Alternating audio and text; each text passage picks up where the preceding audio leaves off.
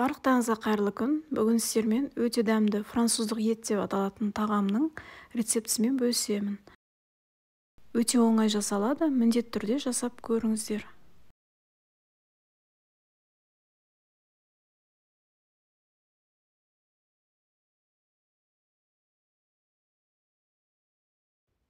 Бұл тағамға қажет заттар видеоның описаниясында толық жазылады.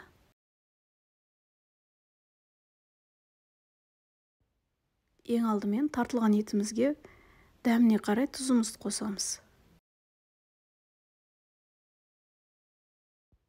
Қалауыңызша қара бұрыш және қызыл бұрыш қоссаңыздар да болады.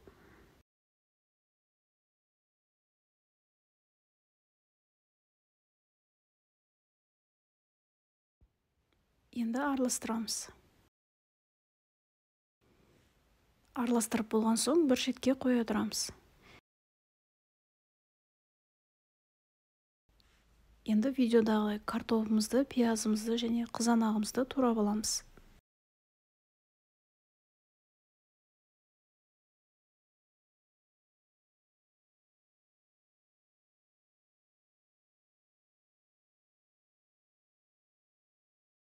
Барлығын осылай турап алдық. Енді ірімшігімізді үккіштен өткіземіз.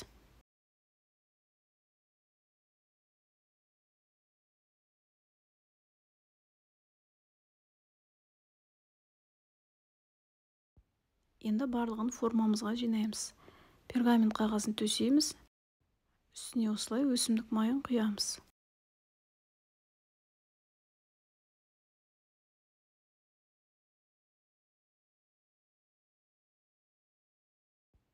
Сосын видеодағыдай картопымызды қойып шығамыз.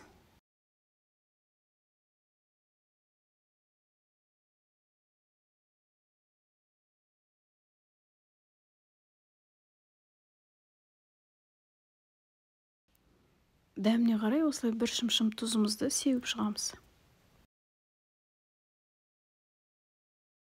Сосын видеодағыдай майонезімізді жағып шығамыз.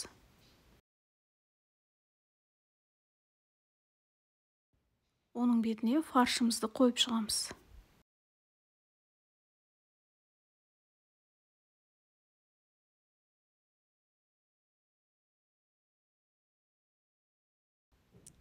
Фаршты біркелкетіп тегістейміз. Сосын үстіне пиязымызды қоямыз.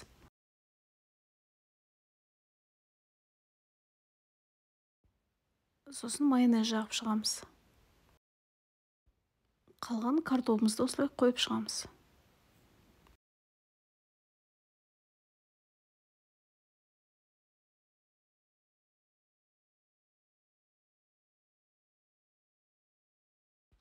Бетіне тағы да майонез жағамыз. Енді помидорымызды тізіп шығамыз.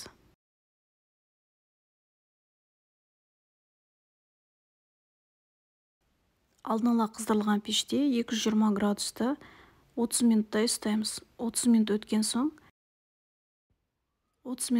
соң ірімшігімізді бетіне сеуіп шығамыз.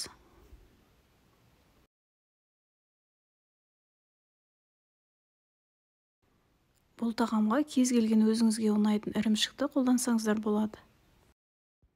Енді пеште тағы шамамен 20 минуттай ұстаймыз. Осымен өте оңай жасалатын және өте дәмді французша етіміз дайын болды. Видео ұнаса лайк басып пікір қалдырыңыздар. Сіздермен болған Әсел, келесі видеода кездескенше.